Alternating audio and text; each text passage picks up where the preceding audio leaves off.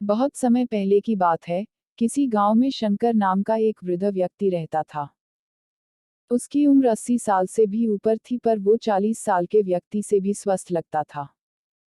लोग बार बार उससे उसकी सेहत का रहस्य जानना चाहते, पर वो कभी कुछ नहीं बोलता था। एक दिन राजा को भी उसके बारे में पता चला और वो भी उसकी सेहत का रहस्य जानने के लिए उत्सुक हो गए। राजा ने अपने गुप्तचरों से शंकर पर नजर रखने को कहा। गुप्तचर भेष बदलकर उस पर नजर रखने लगे। अगले दिन उन्होंने देखा कि शंकर भोर में उठकर कहीं जा रहा है। वे भी उसके पीछे लग गए। शंकर तेजी से चलता चला जा रहा था। मीलों चलने के बाद वो एक पहाड़ी पर चढ़ने लगा और अचानक ही गुप्तचरों की नजरों से गायब हो गया। गुप्तचर वहीं रुक उसका इंतजार करने लगे। कुछ देर बाद वो लौटा। उसने मुट्ठी में कुछ छोटे छोटे फल पकड़ रखे थे और उन्हें खाता हुआ चला जा रहा था। गुप्तचरों ने अंदाजा लगाया कि हो न हो, शंकर इन्हीं रहस्यमय फलों को खाकर इतना स्वस्थ है। अगले दिन दरबार में उन्होंने राजा को सारा किस्सा कह सुनाया। राजा ने उस पहाड़ी पर जाकर उन फलों का पता लगाने का आदेश दिया, पर बहुत खोजबीन करने के बाद भी कोई ऐसा असाधारण फल वहां नहीं दिखा। अंततः थक हारकर राजा शंकर को दरबार में हाजिर करने का हुक्म दिया। राजा शंकर, इस उम्र में भी तुम्हारी इतनी अच्छी सेहत देखकर हम प्रसन्न हैं। बताओ, तुम्हारी सेहत का रहस्य क्या है? शंकर कुछ देर सोचता रहा और फिर बोला, महाराज, मैं रोज पहाड़ी पर जाकर एक रहस्यमय फल खाता हूँ। वही मेरी सेहत का रहस्य है।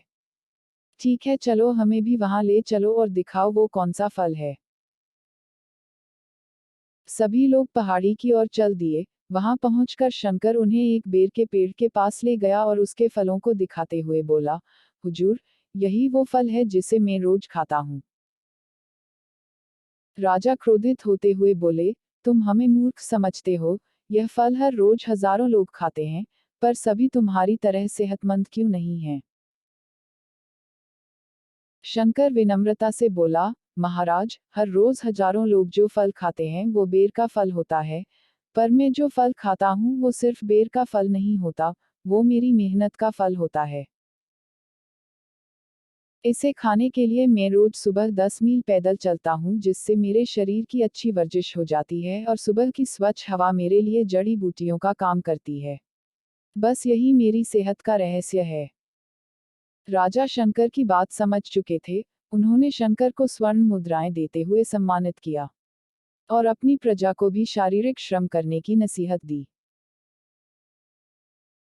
मित्रों, आज टेक्नोलॉजी ने हमारी जिंदगी बिल्कुल आसान बना दी है।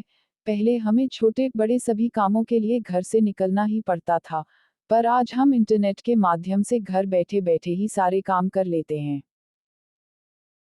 ऐसे में जो थोड़ा बहुत फिजिकल एक्टिविटी के मौके होते थे वो भी खत्म होते जा रहे हैं, और इसका असर हमारी सेहत पर भी साफ देखा जा सकता है। WHO के मुताबिक आज दुनिया में 20 साल से ऊपर के 35% लोग ओवरवेट हैं और 11% ओबीज हैं।